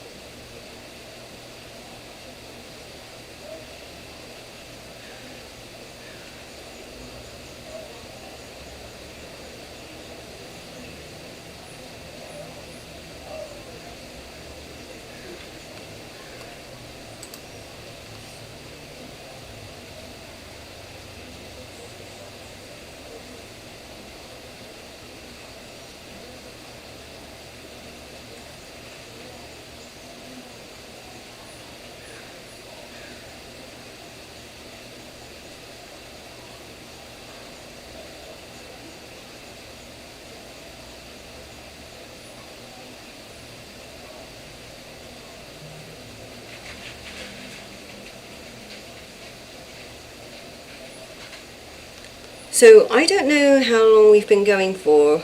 Is there a timer on this? I think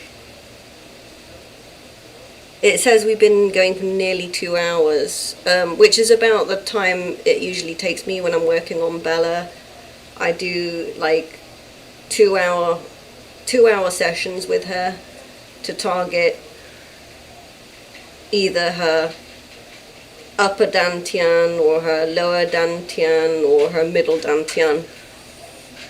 So I work in, 3 sessions a day to target each energy center.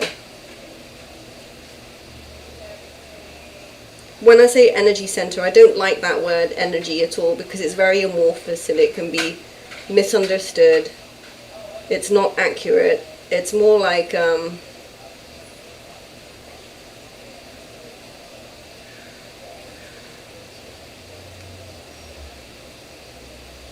I target 3 different systems of the body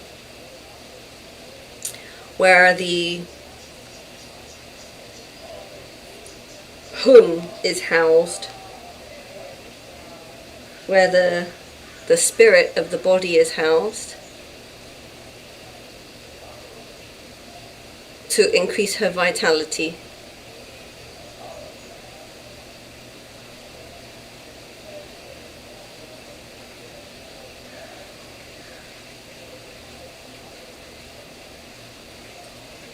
And I'm doing exactly what I do on myself. Hey, are you done yet? Are you done? That was a good snort.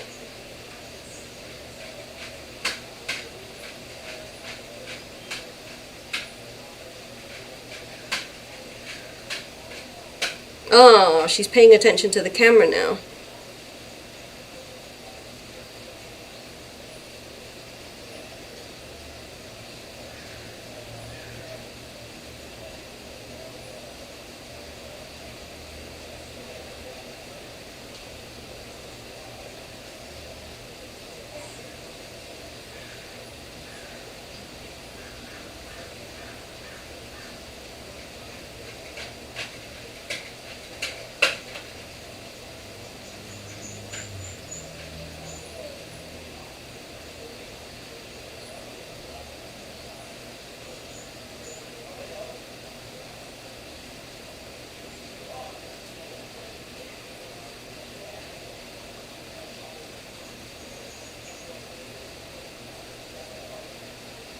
She's still letting me carry on, so I'm going to continue as long as she'll let me.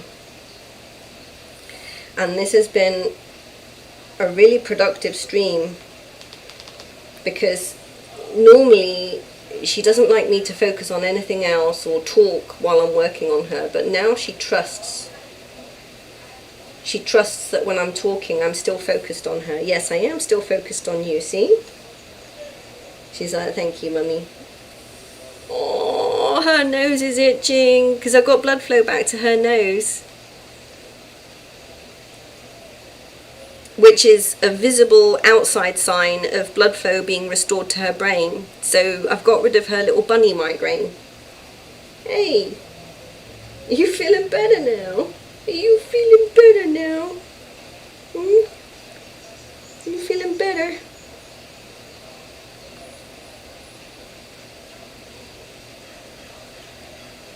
How happy is that, eh? She's such a happy bunny that she's able to groom herself and relax while she's on her back getting therapy from me.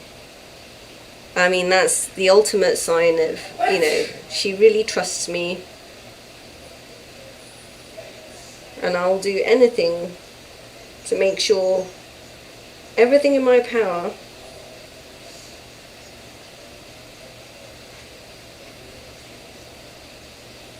Oh, I just found an old tumour.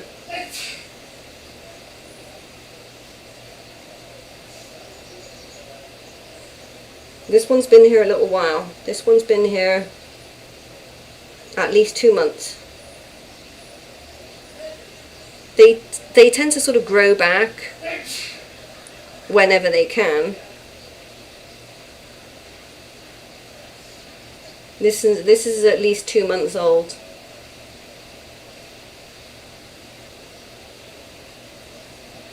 It's in her right shoulder.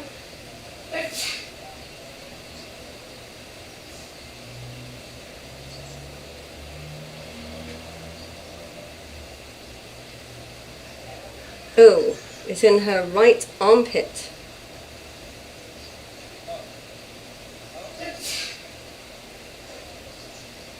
It's older in the armpit. She's going to feel a little tugging as I draw it out. But she trusts me that I'm not doing anything to hurt her. So I'm pinning the armpit and I'm drawing it out of the armpit right now. If I don't get this tumour out, then it will progress down into her liver, so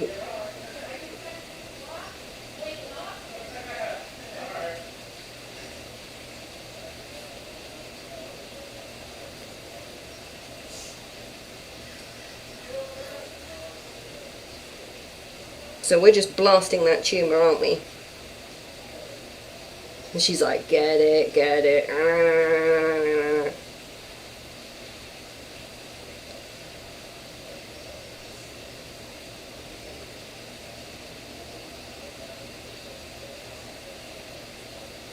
So when she does that thing with her teeth, the vets recognize it as bruxing, this teeth They recognize it as bruxing, and often if you see a bunny bruxing, it's because they're in pain. She is bruxing because what she's doing is, in her mind's eye, she's saying, pull it out, pull it out. And that's what bunnies do when they nibble on their fur and they pull it out. They want to pull the source of inflammation and discomfort out. So they will nibble on the fur, and they'll do this kind of sideways motion with their jaws to kind of tease the matted inflammation out. So she's currently seeing what I'm seeing in my mind's eye. She's with me and she's going, pull it out, pull it out.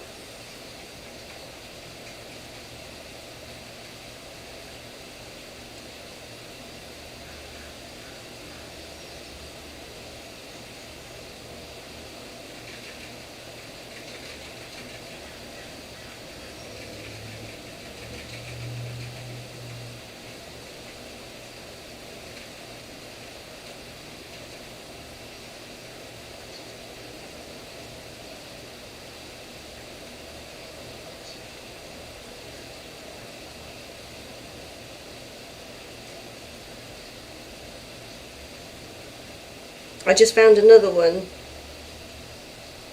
Yeah, I found another little tumour that was causing it.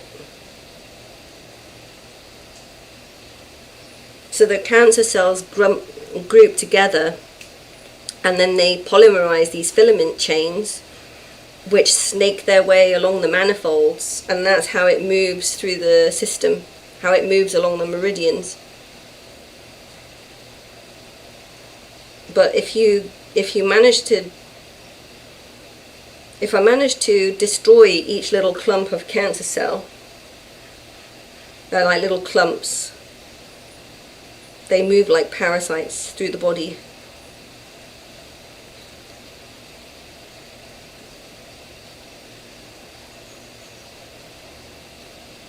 And they basically create their own biofilm to protect themselves from being seen by the immune system. But if I pull this biofilm out, I pull this protection matrix out, then the immune system sees them and the medication can reach it, and it can stop the polymerization so that the immune system has time to destroy the cancer. And she's licking me now because she's saying, you got it, thank you, mummy.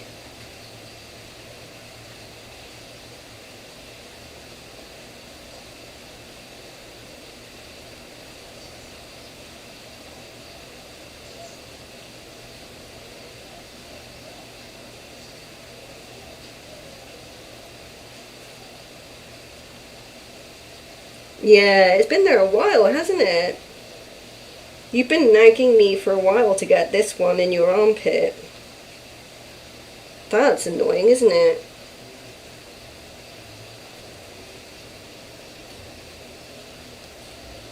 It's a bit sore, isn't it? I think you need to recover now.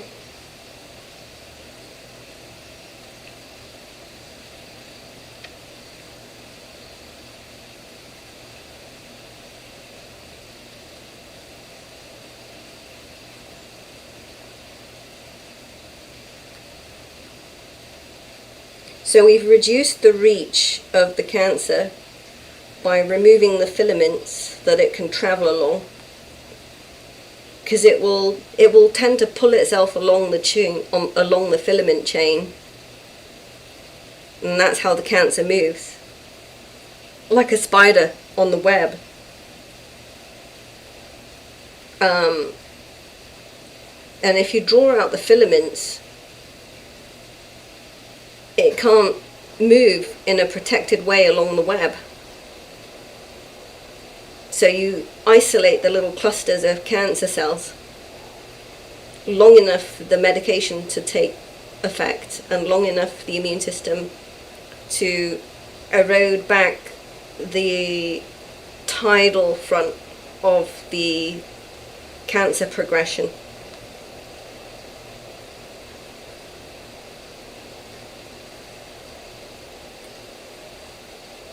And she knows I've got it, so she's like really grateful. She's like, that's been bothering me.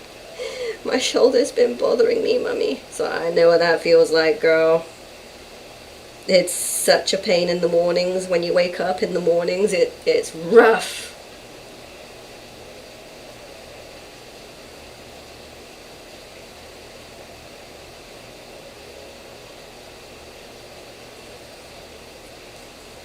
Oh, damn. That irritates my eyes. And it's not the fluff getting in my eyes. It's irritating my eyes from inside. It's like there's a connection between the liver and the eyes somehow. I'm not sure how. I've got to go and research that, find out. But when I get the tumor related to her liver, my eyes hurt. And her eyes are hurting. So I'm disconnecting the cancer from the autonomic system when I do that. Somehow I'll have to go research that.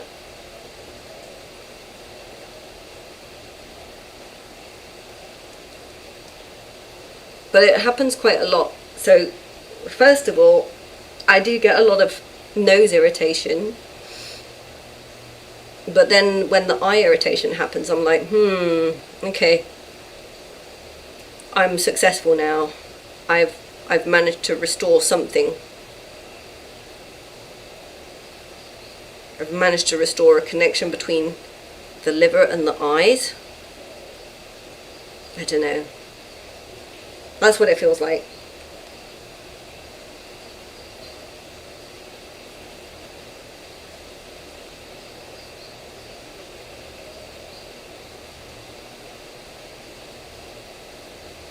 Right, Bella, I need a break because I need to make my bean juice. I haven't had any breakfast or anything this morning yet, so I need to go do that. And then I can go play in the pool, and you can go eat, and you can feed your biome so that they can produce some extra special ribosomes to kill cancer with.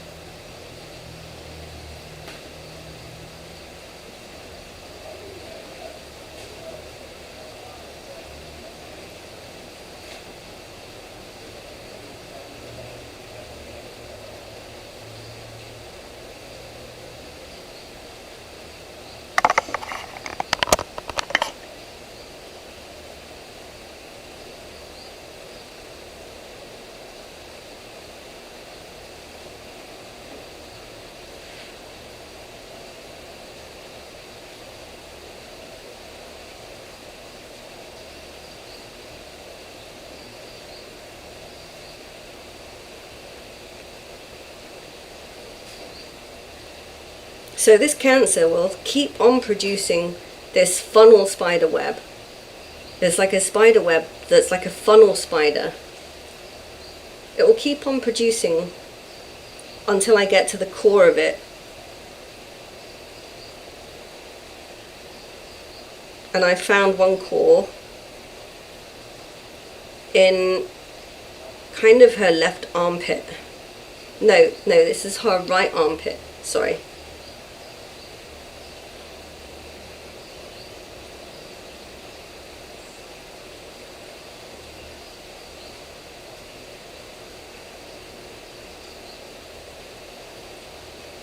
And it goes into her shoulder. She's like, oh, that's sore. It's old. It's anchored in there, isn't it? She says, yeah, you got it, but be careful, mummy, because it's sore. Yeah, I got it. I'm careful. See? Don't want this to hurt. If it hurts and it causes too much trauma, then that can trigger the body to shut down and go into safety mode. So I don't want to do that.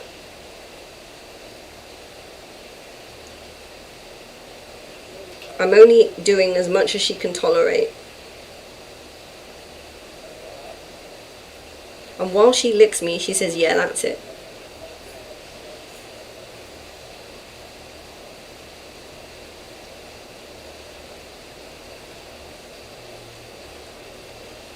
Okay, you had enough? Because I have. I'm really irritated. Oh my god. Sorry. This is so hard for me. So I'm gonna let her out now and let her nourish. She doesn't want me to stop, but I have to take a break because I am like look at this stuff that came out. This isn't fair. This is the clogging in the manifolds. This is interstitial filament, right? That prevents ionized molecules from flowing through like plasma in the sort of the wiring of the body. I shouldn't say wiring, it's more like ribbons of flow in the body. They're like they're two-dimensional manifolds in a four-dimensional space. So they have a orientation of spin. Okay, sweetie, I'm gonna put you down.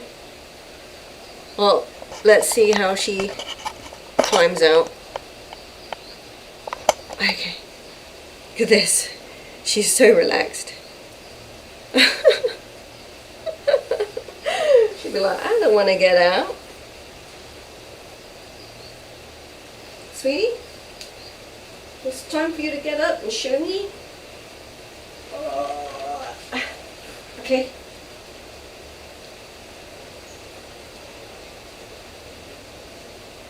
There you go. Alright.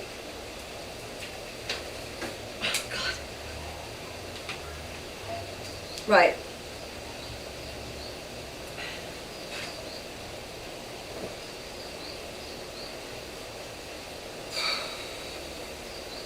My embarrassingly messy house.